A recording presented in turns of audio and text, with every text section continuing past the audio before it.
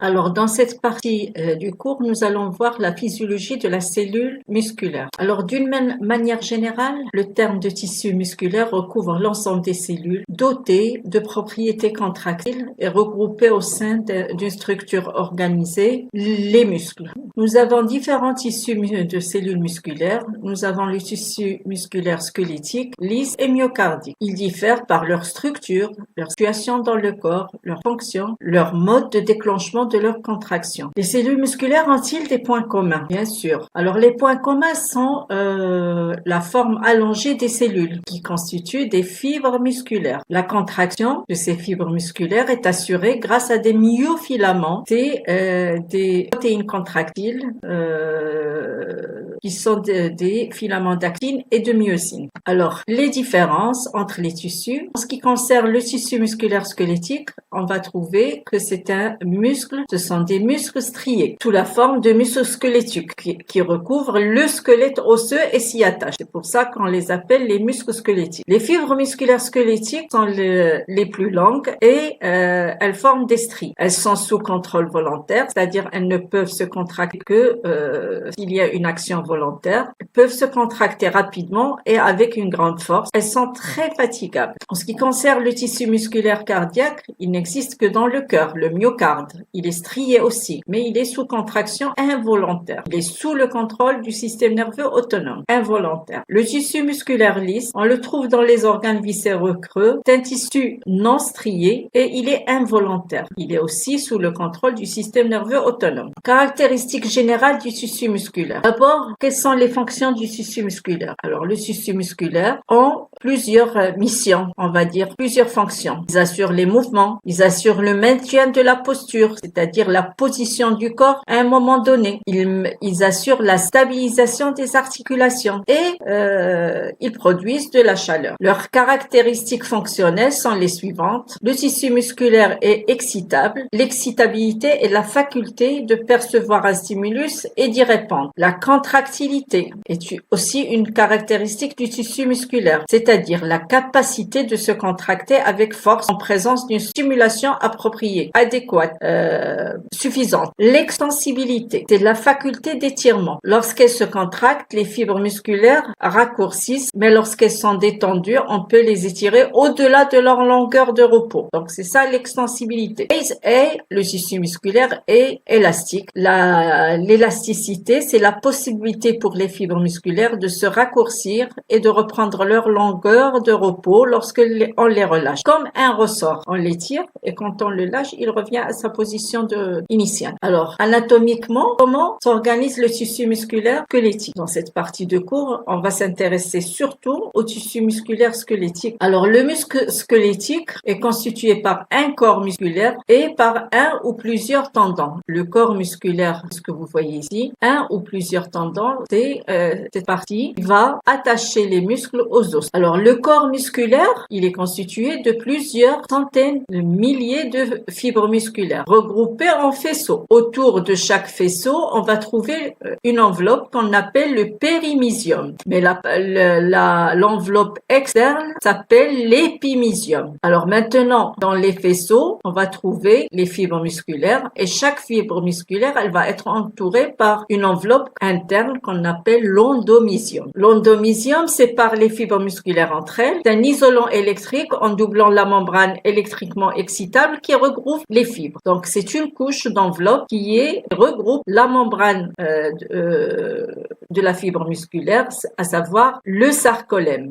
En ce qui concerne la cellule musculaire ou la fibre musculaire, les caractéristiques sont les suivantes. C'est une cellule géante, très allongée, formée par plusieurs noyaux. Le diamètre d'une fibre musculaire varie entre 10 et 100 micromètres. La longueur d'une fibre musculaire peut aller de 1 mm à plusieurs dizaines de centimètres, jusqu'à 30 cm pour les gros muscles. Les plus courtes et les plus épaisses vont donner une force importante. Les plus longues et les plus fines vont être impliquées dans les mouvements rapides et de grande amplitude. Donc, selon la structure, la fonction ne va pas être la même. Alors, la fibre musculaire, on prend une fibre musculaire, la cellule musculaire, on va trouver que cette fibre musculaire, elle s'organise de la manière suivante. Donc, vous avez l'enveloppe externe qui constitue l'endomysium. À l'intérieur, on va trouver plusieurs, on va dire, dans cette cellule musculaire, il va y avoir plusieurs myofibrilles. Les myofibrilles, ce sont des éléments moléculaires qui constituent la fibre musculaire. Donc, ces myofibrilles sont entourées de réticulum sarcoplasmique de la manière suivante. Donc, le réticulum sarcoplasmique, avec cette organisation en tubules transverses, entoure chaque myofibrille. Et dans les myofibrilles, on va trouver des filaments épais et des filaments fins, comme vous pouvez le voir ici. Donc, chaque fibre musculaire est enveloppée d'une membrane fine électriquement excitable, le sarcolème. Alors, le sarcolème tapisse totalement la fibre et peut transmettre l'excitation électrique aux éléments contractiles, les myofibrilles. Donc, les myofibrilles, je rappelle, c'est ces éléments contractiles qui s'organisent à l'intérieur de la cellule musculaire ou de la fibre musculaire. Dans la fibre musculaire, on trouve aussi les tubules transverses. Ce sont des modifications particulières du sarcolème qui pénètrent en profondeur dans la cellule. On trouve aussi le sarcoplasme, c'est-à-dire le liquide intracellulaire de la fibre musculaire, qui abrite des réserves importantes de glycogène et qui abrite de la myoglobine. On trouve le réticulum sarcoplasmique, c'est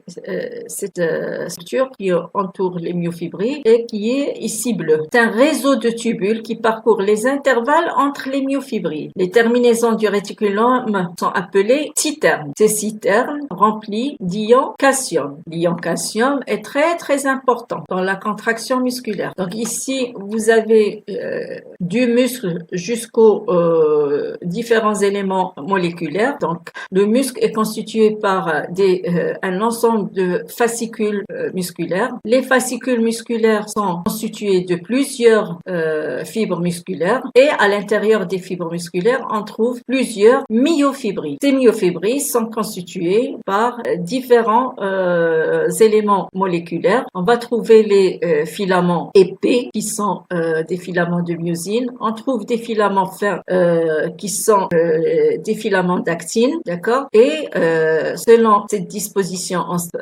on va trouver donc cette disposition très très particulière moléculaire. Donc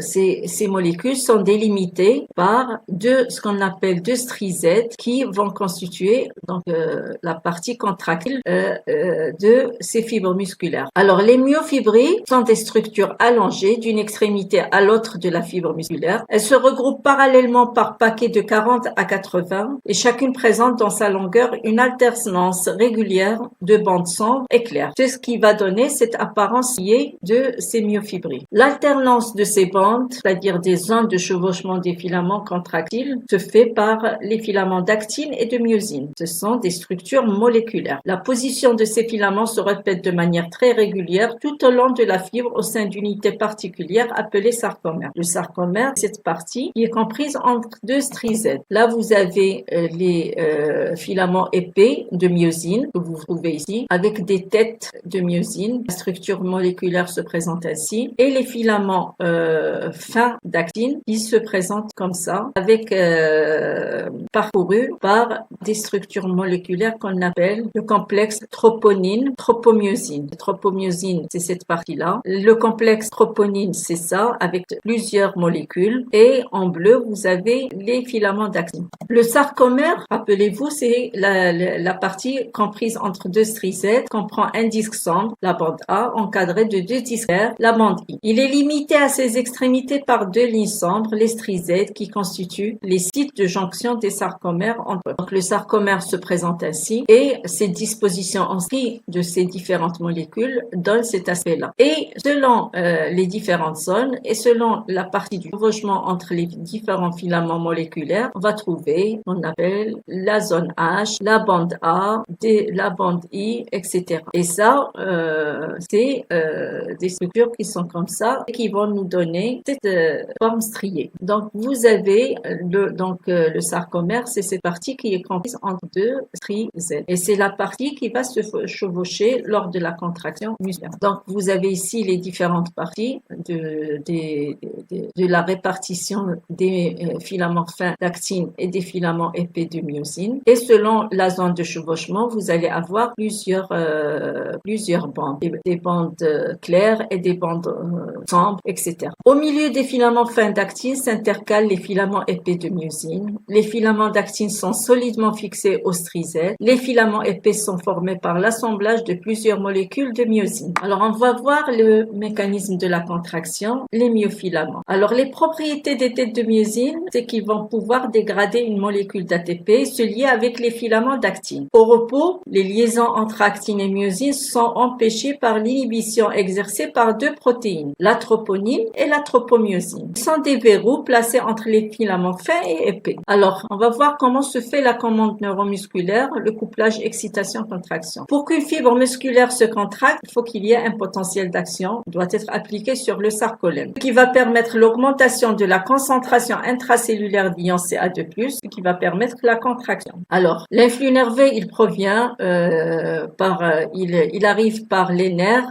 moteurs constitués de motoneurones alpha. Rappelez-vous, les motoneurones alpha se trouvent dans la partie ventrale de la substance grise de la moelle épinière. Les prolongements constituent les parties motrices du nerf rachidien et s'articulent sur la fibre musculaire. La liaison entre le motoneuron alpha et le sarcolème constitue la jonction neuromusculaire. En général, chaque fibre musculaire ne possède qu'une jonction neuromusculaire. Alors, l'axone du motoneuron alpha pénètre sous l'enveloppe conjonctive du muscle, se divise en plusieurs branches. Chacune de ces branches se dirige vers une fibre musculaire. Il s'agit ici d'une synapse chimique parce qu'il existe une fente synaptique. Alors, ici, vous avez une plaque motrice, d'accord? Donc, vous avez l'axone du motoneurone myélinisé, le motoneurone alpha. Alors, sur chaque fibre, on trouve une jonction neuromusculaire. Vous voyez? Ça, c'est une jonction neuromusculaire. Ça, c'est une synapse entre les terminaisons nerveuses de l'axone moteur, du motoneurone alpha, et une fibre musculaire. L'ensemble ici constitue une plaque motrice. Pardon.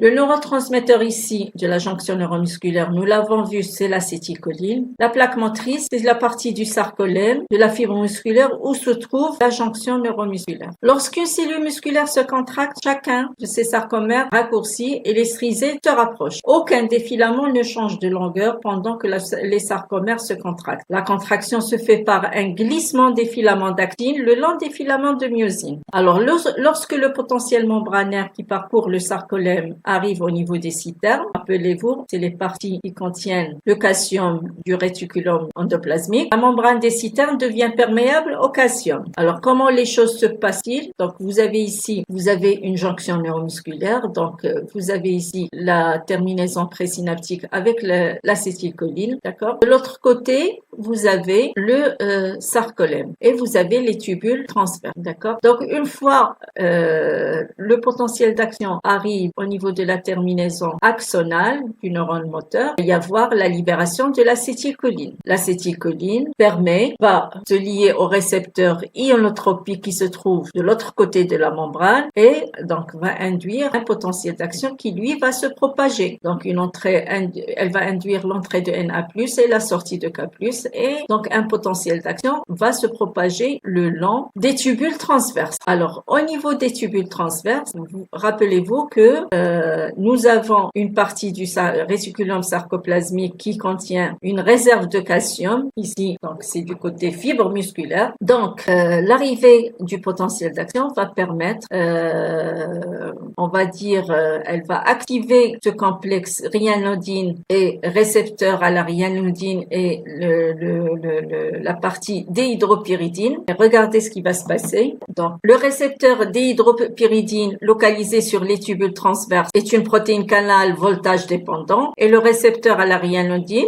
se trouve sur la membrane du réticulum sarcoplasmique. Donc ça, c'est le récepteur à la ryanodine et ça, c'est le récepteur déhydropyridine. Donc quand le potentiel d'action arrive ici, il va ouvrir ce complexe ryanodine trianodine déhydropyridine. Et donc, le récepteur va changer de conformation et le cation va sortir à l'intérieur du sarcoplasme et il va aller lever l'inhibition du complexe troponine sur les sites actifs de l'actine et donc vont permettre, on va dire, l'activation et le mécanisme de la contraction va avoir lieu. Donc le CA2+ massivement libéré dans le sarcoplasme se fixe sur les sites classiques de la troponine. Cette affinité pour le cation a pour effet de faire pivoter sur elle-même les molécules de troponine et de tropomyosine. Alors, ces molécules de troponine et de tropomyosine, elles cachent les sites actifs où, par la suite, les têtes de myosine vont se lier à l'actine pour permettre le chevauchement. Donc, l'action du cation est de faire pivoter ces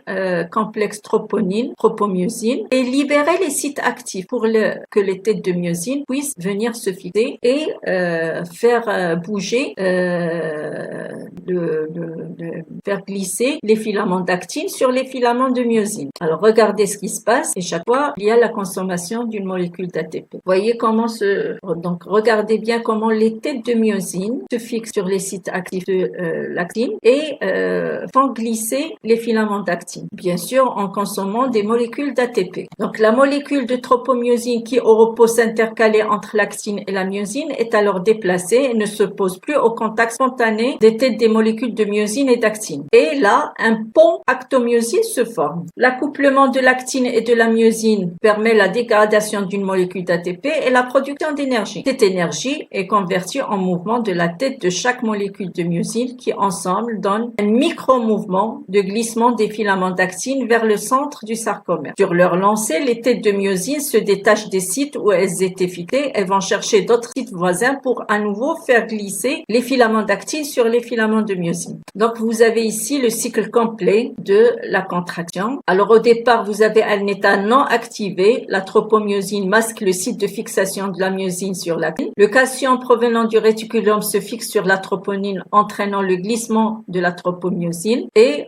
donc la libération du site actif de l'actine. Donc, ensuite, il va y avoir la formation des ponts d'union entre l'actine et la myosine. La libération d'ADP et de P provoquant la rotation de la tête de myosine fixée à l'actine, créant le mouvement de filaments fins. Donc, la fixation d'ATP sur la tête de myosine va provoquer son détachement de l'actine et, à la fin, l'hydrolyse d'une molécule d'ATP provoquant le redressement de la tête de myosine pour qu'elle se mette à sa position initiale. Tant que durent les influx nerveux, ces mécanismes se répètent. Lorsque les potentiels cessent, le calcium est aspiré par les citernes du réticulum endoplasmique grâce aux pompes ACA2+. La tropomyosine vient se replacer en position initiale. Donc, vous avez ici le schéma qui résume les étapes de l'arrivée de l'influx nerveux dans la terminaison nerveuse du motoneurone alpha jusqu'à la contraction de la fibre musculaire. Alors, quelle est l'origine du calcium? On peut se poser la question d'où provient le calcium au niveau de la cellule musculaire cardiaque et lisse. On a vu que pour la fibre musculaire squelettique, il se trouve dans les citernes du réticulum endoplasmique. Si le calcium provient du réticulum sarcoplasmique au niveau de la cellule musculaire squelettique, d'où provient-il pour le muscle cardiaque et lisse? Alors pour les muscles lisses, le calcium provient du réticulum sarcoplasmique et du milieu extracellulaire. Pour la cellule cardiaque, il provient exclusivement du réticulum sarcoplasmique comme pour le muscle squelettique. Alors l'ATP, l'adénosine triphosphate, c'est la source d'énergie qui permet la contraction et la relaxation. Les réserves musculaires en ATP sont très faibles, sont de l'ordre de 5 millimoles par kilogramme, utilisées en quelques secondes. D'où la nécessité de resynthèse de l'ATP à partir de 3 sources. Nous avons des réactions, 3 sortes de réactions à partir de différents composés. En ce qui concerne la réaction anaérobique à lactique, alors l'ATP provient du composé phosphoré, de la créatine phosphate. C'est une réaction qui ne nécessite pas d'oxygène et donc l'ADP plus la créatine phosphate va nous donner une molécule d'ATP plus de la créatine. Donc la production d'une molécule d'ATP. La deuxième réaction est une réaction anaérobique lactique. Les sources sources proviennent du glycogène ou du glucose. Cette réaction n'utilise pas d'oxygène et elle va donner 2 à 3 molécules d'ATP. En ce qui concerne la dernière et la plus importante, c'est la réaction aérobique en présence d'oxygène. Elle prend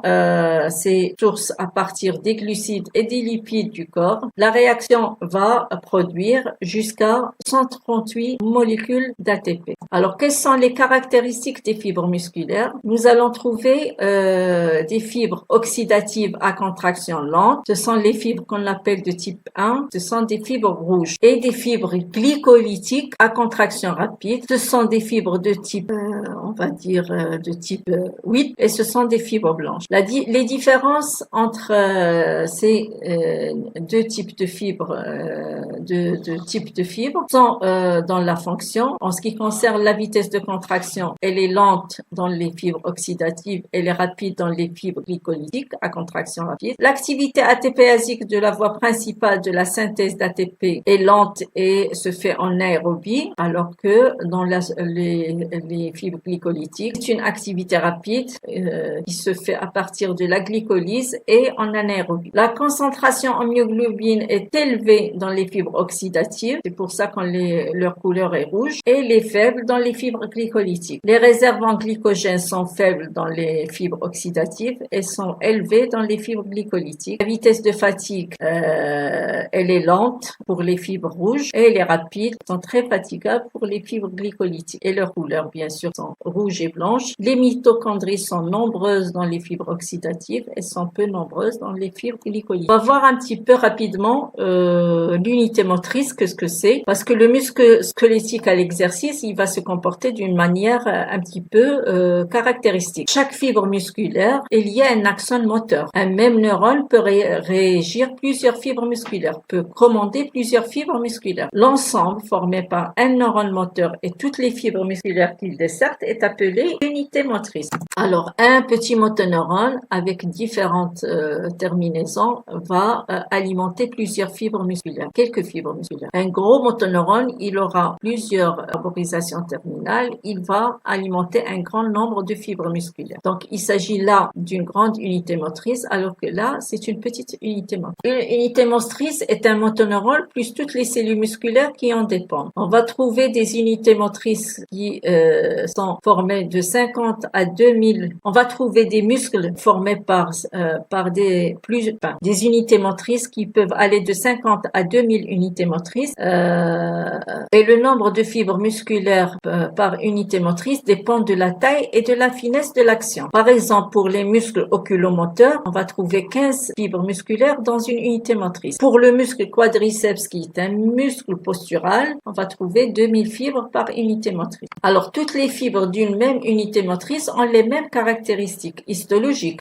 Ils vont avoir le même diamètre, densité mitochondriale seront comparables. Ils vont avoir les mêmes caractéristiques biochimiques, les activités enzymatiques, le contenu en myoglobine. Dans une unité motrice, il va être à peu près le même. Et physiologiquement, pour la réponse contractile, on va trouver l'activation simultanée de toutes les fibres lors de la stimulation du motoneurone. Étant donné qu'un motoneurone commande plusieurs fibres musculaires, quand il est activé, il va activer toutes les fibres qui en dépendent. Et l'augmentation de la force d'un muscle va se faire par recrutement de nouvelles unités motrices. C'est-à-dire, plus j'augmente l'intensité de stimulation d'un muscle, plus je vais recruter de nouvelles unités motrices. Alors, on va voir le système nerveux autonome rapidement pour clôturer cette partie du système nerveux. On va voir la définition du système nerveux autonome, les rappels sur l'organisation du système nerveux, organisation du système nerveux autonome, sa fonction qui est le contrôle de l'homéostasie, et on va voir comment quelques systèmes, organes se comportent face à la commande du système nerveux autonome. Alors, le système nerveux autonome, qu'est-ce que c'est? Le système nerveux autonome est la partie du système nerveux qui régule tous les processus corporels se produisant automatiquement. Le système nerveux autonome se divise en deux systèmes aux actions opposées. Le système nerveux parasympathique et le système nerveux sympathique ou orthosympathique. Ces deux systèmes contrôlent les impacts du stress et de la relaxation sur notre corps. Alors, pour le rappel du système nerveux nerveux d'une manière générale et de son organisation, on trouve le système nerveux central, rappelez-vous, constitué par le nerf axe, et le système nerveux périphérique, constitué par tous les nerfs, les prolongements qui sortent du système nerveux central. Dans ce système nerveux périphérique, on va trouver une partie sensitive afférente, toutes les voies sensitives afférentes. On va trouver différentes voies motrices efférentes. Ces voies motrices se subdivisent en système nerveux somatique, nous avons vu, et le système nerveux autonome qui lui-même se divise en système sympathique et système parasympathique. Alors, d'un point de vue anatomique, on va trouver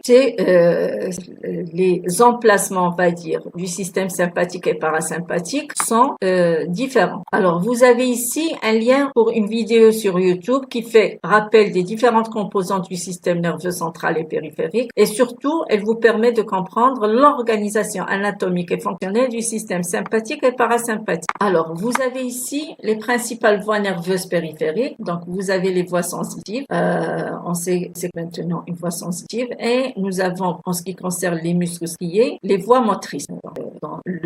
La seule synapse qui a lieu, elle a lieu dans la fibre musculaire, entre le motoneurone et la fibre musculaire striée, et dans le neurotransmetteur et l'acétylcholine. Alors, en ce qui concerne les voies sensitives, le neurotransmetteur est le glutamate. Alors, pour le système nerveux autonome, nous avons la voie sympathique, les voies sympathiques et les voies parasympathiques. Les voies sympathiques sont des voies qui se divisent en une partie préganglionnaire et une partie postganglionnaire. Le ganglion sympathique se trouve tout près de la moelle épinière. Le neurotransmetteur dans la première synapse du ganglion est l'acétylcholine, et le neurotransmetteur entre la deuxième partie postganglionnaire et la cellule effectrice est la noradrénaline. En ce qui concerne le système parasympathique, le ganglion parasympathique se trouve plus près des organes, donc différemment, à la différence par rapport à la voie sympathique. Et dans les deux synapses, on trouve comme neurotransmetteur l'acétylcholine. Alors, en ce qui concerne le système nerveux somatique, nous avons un seul neurone qui se termine sur le muscle squelettique. En ce qui concerne le système nerveux autonome, nous avons un système à deux neurones en série, un neurone préganglionnaire qui se trouve dans le système nerveux central et un neurone postganglionnaire avec un ganglion entre les deux. Donc, le système sympathique, pour le rappel, c'est les voies nerveuses sont composées de deux neurones successifs, un neurone cholinergique et un neurone adrénergique. En ce qui concerne le système parasympathique, il est composé de deux neurones, tous les deux cholinergiques. Donc, vous avez un schéma qui récapitule toutes les voies du système somatique et du système sympathique et parasympathique. Le système sympathique sollicite plus dans l'ensemble l'organisme que son homologue parasympathique. Il sert à mobiliser l'énergie en période de stress. Il est dit ergotrope. L'action du système sympathique est permanente mais cruciale en situation d'urgence. Alors, en ce qui concerne les différents organes, par rapport au cœur et vaisseau, l'action sympathique permet l'augmentation de la fréquence cardiaque et de la force de contraction du myocarde, c'est-à-dire permet une vasoconstriction. Les poumons vont être dilatés, la dilatation des branches qui se trouvent dans les poumons.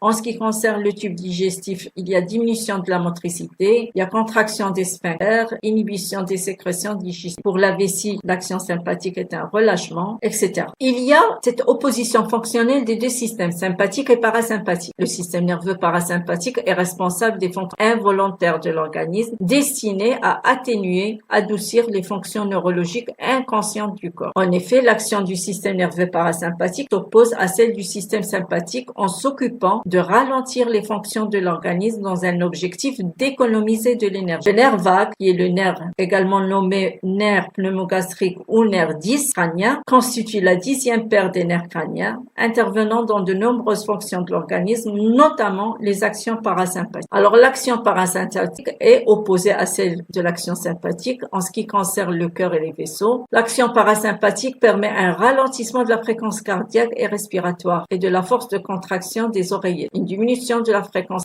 cardiaque par vasodilatation, donc et, le système de repos, etc. Donc vous avez ici les conséquences d'une stimulation sympathique, c'est tout ce qui est situation de stress, alors que le système parasympathique est un système de repos. Voilà, comme ça j'ai fini avec cette partie du cours. Je vous remercie et n'oubliez pas de regarder toutes les vidéos, soit qui sont directement dans les vidéos de cours, soit à travers les liens, et de bien suivre toutes les explications qui sont dedans. Je vous remercie et je vous dis bon courage.